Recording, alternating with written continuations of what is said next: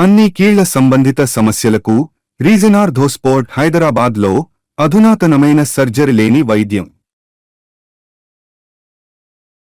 ఆ senior leader voice సడన్గా ఎందుకు మోగబోయింది? నాది చంద్రబాబుది ఒకే స్థాయి అన్నట్టుగా గతంలో ఊ అంటే టీడీపీ అధ్యక్షుడు టార్గెట్గా చెలరేగిపోయే మాజీ ఎమ్మెల్యే ఇప్పుడు కనీసం నియోజకవర్గ స్థాయి విమర్శలు కూడా ఎందుకు చేయటం లేదు? ఆయనకు ఎక్కడ తేడా కొట్టింది? ఎవరా సీనియర్ లీడర్? ఆయన మౌనం వెనుకున్న కథేంటి? నెల్లూరు పాలిటిక్స్లో నల్లపురెడ్డి ఫ్యామిలీకో పేజీ ఉంటుంది. అలాంటి కుటుంబానికి రాజకీయ వారసుడుగా ఉన్నారు ప్రసన్నకుమార్ రెడ్డి. తండ్రి శ్రీనివాసులరెడ్డి చనిపోయాక కోవూరు నుంచి ఉప ఎన్నికలో గెలిచి రాజకీయాల్లోకి వచ్చిన ప్రసన్నకుమార్ రెడ్డి మొదట ఎన్టీఆర్ క్యాబినెట్లో పనిచేశారు.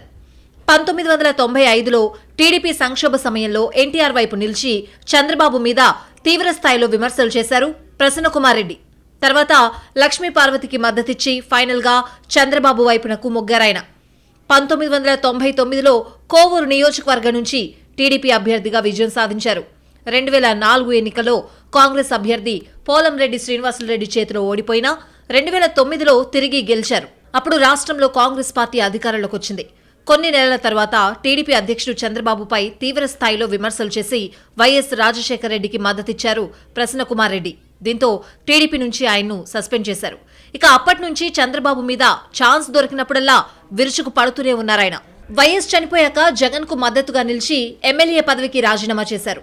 2012లో కోవూరు నియోజకవర్గానికి జరిగిన ఉప ఎన్నికలో వైసీపీ అభ్యర్థిగా విజయం సాధించారు. అప్పటి నుంచి చంద్రబాబుతో పాటు ఇతర టీడీపీ నేతలపై విమర్శలు చేస్తూ జగన్ దృష్టిలో పడ్డారు. 2019 ఎన్నికల్లో విజయం సాధించిన ప్రసన్నకుమార్ రెడ్డి మంత్రి పదవి కోసం తీవ్ర స్థాయిలో ప్రయత్నాలు చేశారు. కానీ ఛాన్స్ దక్కలేదు. వైసీపీ అధికారంలో ఉన్నప్పుడు నియోజకవర్గంలో ప్రసన్నకుమార్ రెడ్డి అనుచరులు అవినీతి అక్రమాలకు పాల్పడ్డారనే ఆరోపణలొచ్చాయి.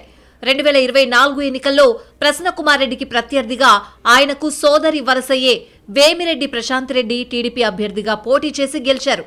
ఇక అప్పటి నుంచి నియోజకవర్గానికి దూరంగా ఉంటున్నారాయన. అంతకు ముందు మాట మాట్లాడితే చంద్రబాబు తప్ప వేరే విమర్శ రాని నల్లపురెడ్డి ఈ మధ్యకాలంలో పూర్తిగా సైలెంట్ అయిపోయారు. హైదరాబాద్లోనే ఎక్కువగా ఉంటూ నియోజకవర్గానికి చుట్టపు చూపుగా వచ్చిపోతున్నారట. వైసీపీ అధిష్టానం పిలుపునిచ్చే కార్యక్రమాలకు మాత్రమే హాజరవుతూ మిగతా వ్యవహారం మొత్తం స్థానిక నాయకులతో నడిపించేస్తున్నారట. అలా ఎందుకు? సడన్ గా ఆయన నోరెందుకు మూతపడిందని అంటే టీడీపీ నాయకుల అవినీతి అక్రమాలంటూ విమర్శలు చేస్తే తనపై కూడా అదే స్థాయిలో రివర్స్ అటాక్ మొదలవుతుందని భయపడుతున్నట్టు చెప్పుకుంటున్నారు. అయిన దానికి కాని దానికి అలా గెలికేసుకుని గాలి తీసుకునే కంటే ఊరుకుండడమే ఉత్తమమని భావిస్తున్నట్టుందని వైసీపీ వర్గాలే మాట్లాడుకుంటున్న పరిస్థితి.